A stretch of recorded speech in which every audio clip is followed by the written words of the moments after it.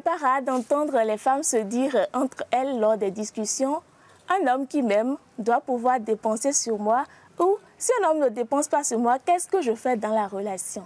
On vient à se demander si les relations amoureuses sont aujourd'hui pour certaines femmes un métier qui mérite bien son salaire. Madame, Messieurs, bonsoir et bienvenue sur L2A TV, sur cette émission spéciale Saint-Valentin qui s'intéresse à cette question qui est source de beaucoup de séparations entre jeunes et qui également fait parler beaucoup de jeunes aujourd'hui. Et pour en parler avec nous aujourd'hui, nous avons sur ce plateau un homme des médias, un sociologue également. Il a beaucoup de cordes à son arc et il va partager avec nous ses expériences et beaucoup d'autres astuces. Bonsoir, Dr Julien Adjadé. Bonsoir, Madame Rosalie Tchala, et merci pour l'invitation. C'est nous qui vous remercions. Nous avons également sur ce plateau une jeune dame qui également va partager ses expériences avec nous et qui est non seulement enseignante, mais également communicatrice. Bonsoir, Clarisse Seda Obosu. Bonsoir, Madame Rosalie Tchala. C'est un plaisir de vous rejoindre sur ce plateau. Merci aussi d'avoir accepté cette invitation. Pour planter le décor, nous allons aller vers notre doyen en âge qui va nous dire ce qu'implique réellement une relation amoureuse dans notre contexte africain. En réalité, l'amour ne diffère pas ici ou ailleurs. L'amour, reste que tout ce qui l'entoure en fonction de chaque communauté, en fonction de chaque société dans laquelle nous vivons. Cela peut prendre d'autres dimensions, des dimensions différentes. Et c'est ainsi que, par rapport à votre question que vous posez, à savoir, est-ce qu'il est du devoir de l'homme de prendre en charge la femme, cela dépend, c'est une question de contexte. Selon que on est dans un contexte A, on vous répondra oui, et c'est comme ça selon les pratiques, les coutumes, alors que c'est le contraire lorsqu'on est dans une autre société, pour montrer le côté relatif des choses. Ça veut dire que ce qui est vrai ici peut ne pas l'être ailleurs. Avant de revenir sur votre expérience que vous avez peut-être à partager avec nous, pour nous dire réellement ce qu'il en est, quelle est votre perception personnelle, nous allons d'abord nous tourner vers Clarisse. Clarisse qui va nous dire, elle, son avis par rapport à la question. Merci, Madame Rosalie Tchala, pour cette très belle question. Tout d'abord, se mettre à deux, ça implique beaucoup de choses. Maintenant, mon avis par rapport à ce sujet-là, bien sûr que oui, je suis d'avis que l'homme a le devoir et l'obligation même de me prendre en charge financièrement tant qu'il me prend à sa charge. Si nous avons une vie à deux, c'est son devoir et même une obligation de s'occuper de mes finances, car c'est lui que je mets en valeur. Si je suis bien vue dans la société, c'est son honneur. Donc, c'est de son devoir de me prendre en charge financièrement. Voilà, Clarisse donne clairement son avis. Elle est pour que ce soit seulement l'homme qui dépense sur la femme. Doyen, que pensez-vous de cela? Oui, j'en ris parce que, vous voyez, pourquoi on en est arrivé là? Parce qu'aujourd'hui, on en est aussi arrivé à une marchandisation de l'amour. Une sacralisation du matériel dans notre société aujourd'hui qui se remarque. Ça fait que l'amour, grand A, ou j'allais dire le vrai amour, le grand amour n'existe plus pratiquement. Je ne dis pas que ça n'existe pas, je dis pratiquement, ça veut dire qu'il y en a, on peut en trouver quand même. Parce que de plus en plus, on voit que les jeunes sont, surtout les filles, elles sont enclines à la recherche du gain, à la recherche du matériel, au détriment de ce qui pouvait être le moteur qui fait marcher l'amour réellement. Mais cependant, je continue de penser que dans nos sociétés ou dans la société dans laquelle nous vivons aujourd'hui, il y a encore ce qu'on appelle, ce que peut appeler le vrai amour, le grand amour. Ça, on ne peut pas le nier. Il y en a qui aiment, sans arrière-pensée, non pas à cause du matériel qu'elles peuvent tirer d'une relation, mais parce qu'elles sont prêtes à donner tout et même à venir en aide financièrement à leurs conjoints ou à leurs copains qu'elles savent ne pas avoir les moyens de les entretenir. Vous voyez aujourd'hui dans certaines relations, ce sont les femmes ou les filles qui font le pas et qui donnent les moyens qu'il faut, parfois même aux jeunes hommes avec qui elles sortent. Donc, voilà pour moi ce que j'appelle le grand amour. Parce qu'il ne faut pas non plus tomber dans l'autre travers, où, bon, voilà ce que je vais appeler des gigolos, qui ne veulent rien faire, qui vivent au crochet des femmes juste parce que ils veulent les escroquer. Ça également, ça existe. Et vous voyez aujourd'hui dans nos sociétés, lorsque vous regardez de près, les deux travers existent, où c'est la jeune fille qui, elle fait tout pour tirer le meilleur profit. Et de l'autre côté, vous voyez ce que j'appelle aussi des gigolos. Donc tout cela fait que de plus en plus, on assiste à une raréfaction du vrai amour, du grand amour. Et là où c'est la fille qui investit pour entretenir, pour subvenir aux besoins du jeune homme. Et ça existe encore, on ne peut pas le nier. Et quand on parle souvent, on dit c'est en notre temps que tout a changé. Avant, ce n'était pas vu comme ça. Les relations n'étaient pas forcément des relations où les hommes doivent beaucoup dépenser financièrement. Dites-nous, comment ça se faisait avant vous, particulièrement de votre expérience? Comment avez-vous vécu en votre temps le début de votre relation amoureuse qui aujourd'hui est une longue et belle histoire d'amour? Merci, permettez-moi de rendre hommage en cela à ma chère épouse qui a été le pilier de cet amour, de ce que nous vivons depuis 34 ans que nous sommes mis ensemble. Je vois, c'est comme si c'était hier. Bon, donc elle a joué un grand rôle. Pour vous dire quoi? Que lorsque nous sommes engagés, nous finissions nos études il y a 34 ans, je disais, à l'université, quand on s'est rencontrés. Ce n'est pas l'argent que nous on a mis devant. C'est d'abord, on a été d'abord amis. Entre amis, bon voilà, ce qu'on pouvait. C'est après que les sentiments sont venus. Et lorsque les sentiments sont venus, ce n'était pas pour de l'argent, ce n'était pas un objectif, ce n'était pas motivé non plus par l'argent. C'était vraiment, comme je le disais, le grand amour. Il m'arrivait des moments de traversée de désert. C'est elle qui venait en aide. Bon, donc, et je pense que lorsque vous prenez des gens de notre génération, c'est surtout cela. Il est rare de voir que, bon, voilà, c'est l'argent qu'on met devant. D'ailleurs, nous n'en avions pas. Quand je dis nous avions juste le minimum. Bon, elle aussi, elle avait le minimum et on s'en contentait. Et voilà comment nous avons évolué. Donc, c'est le grand amour, comme je l'ai dit. Je dis comme, pas que cela n'existe plus aujourd'hui, mais ça devient une denrée rare. Si on quitte votre temps et on revient à notre temps, à nous qui sommes un peu plus jeunes, Clarisse, quels sont aujourd'hui vos critères quand vous rencontrez un homme ou avant de vous mettre dans une relation amoureuse? Qu'est-ce qui vient avant tout? Merci, Madame Rosalie. Mes critères de sélection d'abord pour cheminer avec un homme, c'est le physique. Parce que de nos jours, il faut bien se présenter dans la société avec une très belle personne. La société de nos jours juge l'apparence. Ensuite, il faut bien qu'il soit bien financièrement. Parce que beaucoup de choses rentrent en jeu de nos jours. Regardez-moi bien, je suis présentable, je suis jolie. Certes, je me suffis. Mais si tu décides qu'on se mette en couple, il faut bien que cette dépense-là, tu y participes. Je dois me tresser, je dois porter de belles parures, je dois porter de belles chaussures. Il faut bien que tu participes.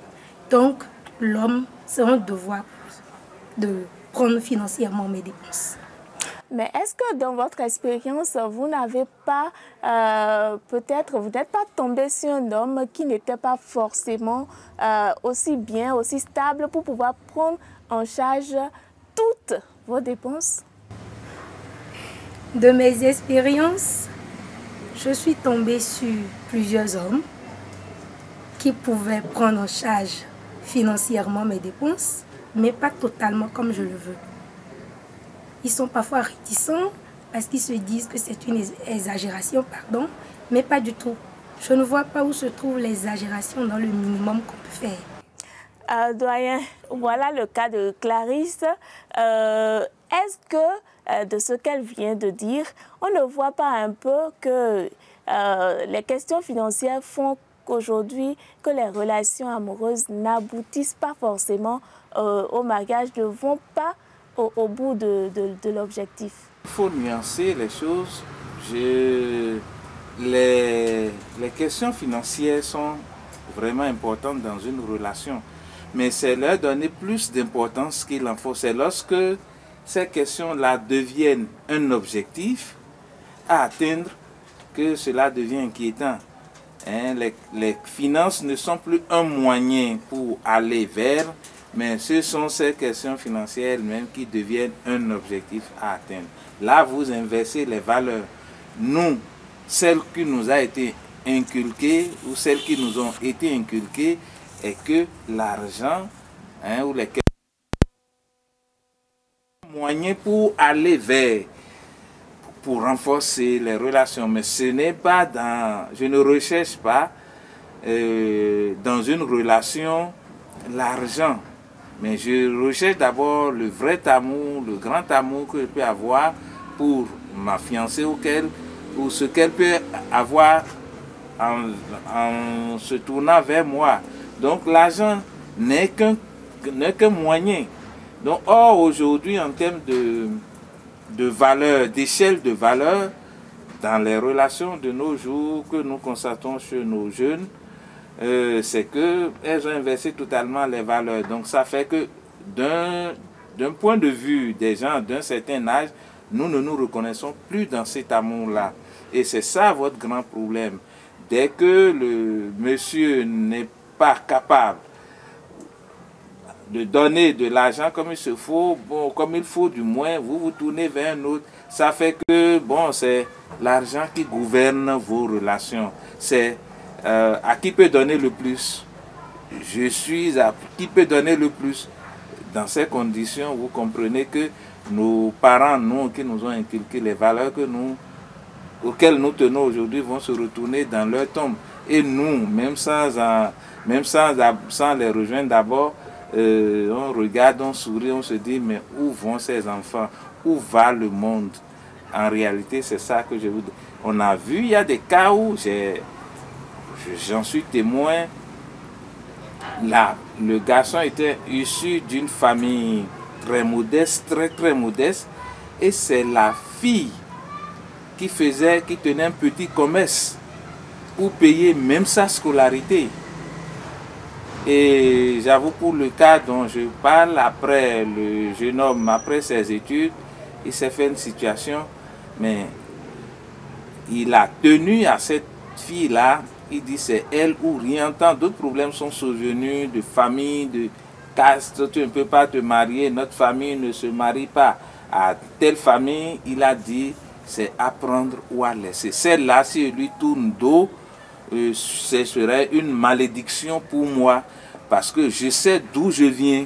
Si je suis ce que je suis aujourd'hui, c'est grâce à cette fille-là. Elle a fait son petit commerce pour d'abord payer mes études, payer tout ce dont j'ai besoin pour pouvoir faire mes études à l'université. Parce que je sais que je n'en avais pas les moyens, donc je ne peux pas lui tourner dos.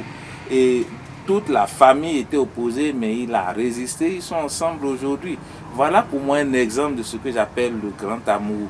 Vous voyez, je dirais que ce jeune homme-là a payé à la fille ce qu'il pensait lui devoir. Et c'est ce que cela devrait inspirer. Cela devrait être du moins une inspiration pour beaucoup de jeunes aujourd'hui. À savoir, c'est ça. le grand amour. Je n'en vois pas beaucoup qui soient prêts aujourd'hui à subvenir aux besoins de leurs copains. Encore que, bon, il faut savoir ce que vous voulez. Pendant que vous êtes avec Jacques, vous lognez Jean qui passe, vous jetez un coup d'œil vers, je sais qui, Paul qui est... Avec ça, vous ne pouvez aller nulle part. C'est réciproque, hein, aussi bien chez le garçon que chez la fille. Donc, il faut déjà savoir ce que vous voulez, où vous allez, et tout vous sera facilité. C'est en l'absence de tout cela que ce qui fait qu'aujourd'hui, on n'a que l'autre dimension de la chose, c'est d'avoir une foi, d'avoir une vision, de se soutenir mutuellement par la prière, de fréquenter les bonnes personnes qui vont vous donner des conseils, qui vont vous dire que ce n'est pas que l'argent qui fonde une relation. Donc si vous voulez une relation durable aujourd'hui, il faut tenir compte de ces paramètres-là. Merci beaucoup, doyen, pour cette belle expérience que vous avez voulu partager avec nous. Et je me retourne vers Clarisse pour dire non seulement qu'il existe aujourd'hui ces rares cas dont le doyen a parlé, où la femme prend en charge financièrement l'homme, mais au bout, l'homme n'est pas forcément reconnaissant comme le cas que vous avez eu à présenter tout à l'heure, où après, la femme se retrouve seule et abandonnée parce que l'homme il se dit qu'il n'est plus de cette classe-là, cette femme-là ne peut plus l'accompagner sur son chemin. Est-ce que ce n'est pas vraiment ça qui motive aujourd'hui les femmes à refuser d'accompagner financièrement les hommes et plutôt à vouloir que coûte, ce soit lui qui assure tout? C'est un très beau constat que vous avez fait, Madame Rosalie. En effet, de nos jours, c'est la société même qui nous emmène à garder cette position-là. Si d'autant de nos parents, avec une simple correspondance écrite, on pouvait entretenir une relation. Mais de nos jours, avec les relations à distance, la technologie qui a évolué, on est obligé de demander un téléphone portable. Si je te demande un téléphone portable, tu n'es pas capable de m'en acheter, comment on va s'appeler? Mis à part cela également, on en a connu. Il y a eu des cas. On a soutenu moralement, financièrement, on a galéré, on en a soutenu avec nos petits déjeuners, on se partageait tout. On en a soutenu spirituellement, on a prié, on a tout fait, on les a mis en haut.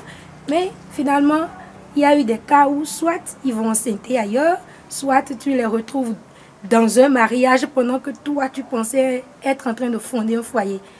Avec cette situation, comment faire? Il vaut mieux les bouffer entre griffes. S'il faut se sacrifier, ne arriver à aucun but, il vaut mieux battre le fer quand il est chaud, comme on le dit bien. Je crois que c'est un peu ce qui motive les dames aujourd'hui. Quand tu les écoutes, quand on s'écoute, on se rend compte que c'est beaucoup plus ce constat-là. C'est sur ce fait-là que beaucoup de femmes se basent pour aujourd'hui ne pas soutenir financièrement les hommes. Qu'est-ce qu'on peut proposer? Quelle astuce? Qu'est-ce qu'on peut dire pour un peu changer cette mentalité-là et sortir les femmes de ce schéma qu'on s'est fixé? Merci, la question est intéressante, mais il ne faut pas regarder seulement dans un sens. Il faut bien regarder dans les deux sens. Il y a des cas aussi où l'homme a été délaissé comme une chaussette après avoir tout fait. Bon, donc, ce n'est pas seulement... Il faut regarder dans les deux sens. Je ne dis pas que ça existe d'un côté comme de l'autre.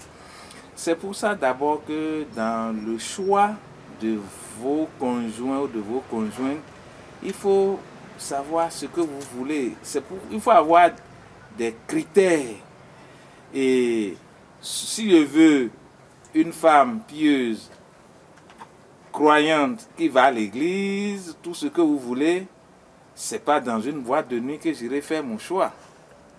Encore que je ne dis pas que dans l'absolu, on ne peut pas en trouver là-bas. Donc, cela dépend du milieu que vous fréquentez et du choix que vous faites en fonction du milieu. Si je sais que je suis quelqu'un qui aime l'ambiance, qui aime sortir, qui aime la nuit, évidemment, c'est dans mes sorties que je vais rechercher celle qui a le même goût que moi.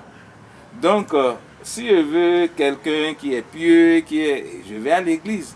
Donc, il y a tous ces critères que vous devez vous fixer dans le choix. Déjà, même qu'aujourd'hui, on dit que ce n'est pas les pieux qui sont à l'église. Bon. Les pieux sont plutôt cachés ailleurs. Soit. Mais il faut toujours, c'est mieux toujours d'avoir des critères bien réfléchis, bien pensés et faire le chemin qu'il faut. Parce que, bon, au sortir de, je sais pas, d'un cybercafé, vous vous rencontrez, je t'aime, moi non plus, tu es beau, tu es vilain. Le mariage 2 jours après est conclu, bon, sans aucun cheminement. Quel résultat entre nous, vous voulez avoir de ce type de relation? Tout au plus, cette relation va durer le temps que ça va durer, c'est-à-dire celui de se donner des coups, d'avoir des yeux, des enflux par-ci, par-là. Et ça s'arrête là, et la relation, à peine commencée, on la conjugue déjà au passé. Donc, ce qui fait qu'en réalité, vous ne vous donnez pas le temps qu'il faut. Attention, si vous voulez faire un mariage, on ne se marie pas pour un jour, pour un an, c'est pour des décennies. Donc, il est très impérieux alors de faire un cheminement. Quand on dit le cheminement, celui-ci ou celle-ci que j'ai rencontré, avec qui je veux fonder ma vie, s'il vous plaît, c'est très important, fonder sa vie. Ça veut dire que vous remettez entre les mains de cette personne-là votre vie, votre existence, votre avenir. Parce que ce que vous deviendrez dépend en grande partie de celui ou celle avec qui vous voulez vous mettre ensemble. Donc, si déjà, chemin faisant, vous ne prenez pas le temps de vous étudier, de vous connaître, et vous vous jetez dans les bras l'un de l'autre, ce qui vous intéresse ici, c'est de pouvoir financer. Excusez, c'est de qu'est-ce que gentil. Vous n'êtes pas prêt à fonder un foyer durable. Et c'est ça aujourd'hui votre problème, vous les plus jeunes. Je dis plus jeune, je me sens jeune aussi. Soit dit en passant, c'était pour amuser la galerie. Je vois que le débat est très intéressant, mais petit à petit, nous tendons vers la fin de cette émission. Nous allons donc aborder un dernier volet, le volet de la responsabilité de la femme dans la relation. Outre les cadeaux, outre tout ce que l'homme peut apporter financièrement, qu'est-ce que la femme, elle, doit faire? Qu'est-ce qu'elle doit faire? Doit-elle toujours s'attendre à ce que ce soit l'homme qui donne tout? Je veux un sac à main, je veux une chaussure, c'est toujours l'homme. Mais la femme, qu'est-ce qu'elle apporte? Parce que les jeunes se posent aujourd'hui cette question. Qu'est-ce qu'elle m'apporte dans ma vie pour que je fasse autant de sacrifices? À cette question-là, j'aurais bien aimé écouter Clarisse et retomber sur vous pour non seulement que vous nous orientez. Merci pour la question, Madame Rosalie. Tout d'abord, je dirais que le cheminement ne fait pas le foyer, dans tous les cas. Tu peux bien faire des années, pensant connaître une personne, pensant fonder un avenir, et du jour au lendemain, c'est en 5 minutes qu'il va te montrer le contraire, ça double face. Néanmoins, c'est important. C'est important. C'est important, mais on en a connu des cas où après 2 ans, 3 ans, 5 ans même de relation, on découvre toute autre chose de la personne. Dans ce cas, que faut-il faire? Chaque fois perdre son temps? Non. C'était juste une parenthèse. Maintenant, pour répondre à votre question, mon opinion reste la même. Dans une relation à deux, l'homme a le devoir de prendre les dépenses de la femme, de prendre en charge les dépenses financières de la femme. Néanmoins, cela ne veut pas dire 24 heures sur 24, 7 jours sur 7. Maintenant, la réelle question, c'est que fait la femme en ce moment-là? Si l'homme doit tout faire, que fait la femme, elle? La femme, elle a également le devoir d'être attentionnée envers son homme, de ne pas forcément attendre que tout vienne de l'homme. Si elle attend que tout vienne de l'homme, c'est un peu se rendre paresseuse entre griffes.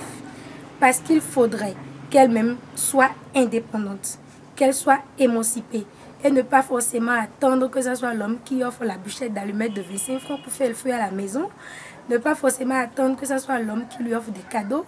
Non, pour les occasions spéciales, il faut qu'elle sorte de l'ordinaire également, faire de petites surprises afin que l'appareil lui soit rendu en retour.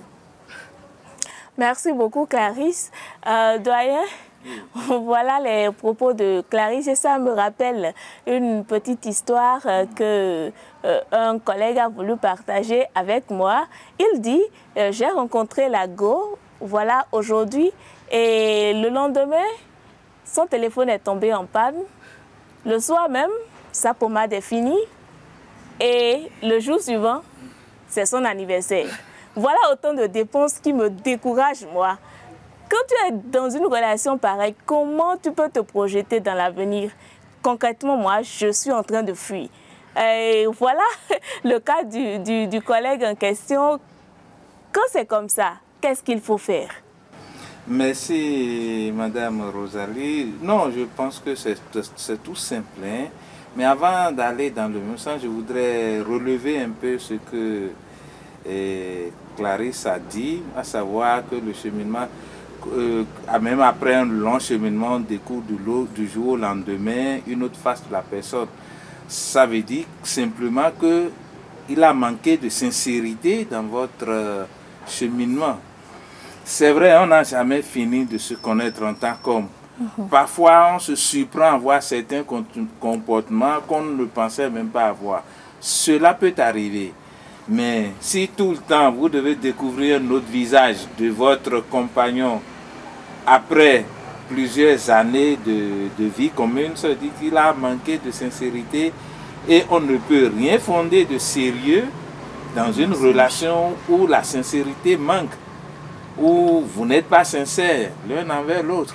Donc ça, c'est ce que je voudrais simplement relever. L'autre chose que je voudrais dire aussi par rapport à cette... Aujourd'hui, le matin même, c'est le portable qui est tombé dans l'eau. L'après-midi, c'est la pommade qui est terminée. Le lendemain, c'est autre chose. Oui. Tant que c'est vrai, ce sont des événements survenus réellement. Le monsieur vers qui elle se tourne peut donner à la mesure de ses possibilités. Mais tant que derrière, c'est ce que je disais tantôt, il y a l'esprit malin de lui soutirer, rien que lui soutirer de l'argent, c'est ça qui ne mène pas loin. La vie parfois est faite de ces moments difficiles où vraiment c'est des problèmes, c'est un enchaînement de problèmes. Ça, c'est vrai. Donc, il appartient aussi bien à l'homme qu'à la femme, hein, ça peut être d'un côté comme de l'autre, de subvenir à la mesure de ses possibilités. Et là, tant qu'il reste sincère, l'autre qui voit, c'est que vraiment ça se fait dans la sincérité. Mais quand c'est mu par un esprit malin de faire ponction tout le temps sur le revenu de l'autre, c'est ça qui ne va pas durer. Donc je dirais à votre camarade, tout dépend de la sincérité et c'est pour ça qu'il est bien toujours de faire un cheminement pour voir vraiment, c'est ça. Ça dit que continuer, c'est de, qu'est-ce que vous voulez de votre relation? Si c'est une relation éphémère, momentanée, basée sur l'argent, évidemment, ce sont des comportements à avoir. Mais tant que cela reste franc, sincère, que vous envisagez l'avenir avec beaucoup de sincérité, bon, je ne vois pas ce qu'il y a à cela. Donc, qu'on ne se campe pas dans une position pour dire oui, c'est toujours l'autre qui serait la vache à lait à trait, mais que de temps en temps, soi-même, on puisse apporter sa contribution. Comme le dirait quelqu'un, ce n'est pas tout l'or du monde qu'on vous demande. Ce n'est pas non plus ce que vous donnez, mais la manière de donner aussi. Cela importe beaucoup dans une relation. Donner avec amour, avec sourire et avec tout ce qu'on a comme cœur. Et je pense qu'on est plus sensible en tant qu'être humain à ces gestes-là plutôt qu'à la valeur de ce qu'on nous donne. C'est sur ces aspects-là qu'il faut fonder son amour, tant qu'on veut qu'il soit durable. Je crois qu'on comprend bien que le choix de la personne avec qui on veut partager sa vie est très important. Il faut pouvoir réellement savoir ce qu'on veut déjà au début des relations avant de s'engager. Donc, c'est ce que je retiens de tout ce qu'on a dit. Madame Rosalie, je crois qu'à écouter le doyen, puisqu'il est un aîné, je garde toujours ma position, mais avec un mais. Un mais. Je dis un mais pourquoi? Parce que tout d'abord, dans une relation, quand on dit une vie à deux, ça implique deux personnes. Et il faut une complémentarité. Il ne faut pas non plus qu'une relation de nos jours devienne un poids, surtout un poids salarial pour l'un d'entre nous. Il faut qu'on s'asseye, qu'on se comprenne, qu'on sache ce qu'on veut et qu'on s'entende sur certaines bases, sur tout ça, sur certaines bases et sur certains principes afin d'évoluer ensemble pour que l'avenir soit meilleur. Ok, doyen. Vous avez peut-être un mot de la fin. Nous sommes arrivés presque au terme de cette émission. Ce que je dirais, c'est d'exhorter les jeunes à avoir une vision durable, une vision qui s'inscrit dans le temps et non à considérer des choses qui n'ont pas de valeur, qui ne nous mènent pas loin. On dit bien, tout ce qui brille n'est pas de l'or. Donc déjà, il faut une introspection. Qu'est-ce que je veux de cette relation? Qu'est-ce que je veux faire de mon avenir? Je vous ai dit que les questions du choix, du choix de conjoint, est une question centrale, capitale pour votre devenir. Parce que si vous ne savez pas fonder un foyer, vous ne saurez vraiment pas mener une vie stable et une vie qui promet, qui projette dans l'avenir. Si c'est une relation basée sur une fondation qui n'est pas solide, c'est que vous-même vous faites le choix de vous saper, de saper votre avenir. Voilà pourquoi c'est très important de ne pas baser vos relations sur du matériel. C'est très important de baser votre relation sur du concret, sur la vérité, la sincérité et sur la durabilité. Voilà ce que je conseille aux jeunes. Ne pas se précipiter. Ce n'est pas une compétition où on veut voir forcément le plus rapide ou le premier ou celui qui arriverait en premier lieu. Non. Ici, on dit qui veut voyager loin, ménage sa monture. Si je vous assure de ma position aujourd'hui que c'est un long voyage, très long voyage. Donnez-vous le temps qu'il faut. Basez vos relations sur la sincérité. Basez vos relations sur ce qui est durable. Voilà ce que je conseillerais aux gens. Et mettez toujours Dieu au centre de ce que vous faites. Et Dieu vous bénira. Amen. Je ne suis pas prêtre ni pasteur, mais je pense que c'est très important. Madame, Monsieur, vous l'avez si bien compris, nous sommes au terme de cette émission spéciale Saint-Valentin et nous pouvons dire tout simplement que les relations amoureuses aujourd'hui, c'est important de faire attention au choix du conjoint. Pour éviter les désagréments au cours du chemin, il faut pouvoir faire un bon choix et surtout voir ensemble, discuter des questions financières déjà au début de la relation et mettre surtout la sincérité au cœur de tout. Merci doyen Julien Achadé, merci d'avoir accepté notre invitation. Merci Madame Rosalie. Merci aussi à Clarisse Obossou. Merci d'avoir accepté notre invitation. Merci Madame Rosalie, c'était un plaisir.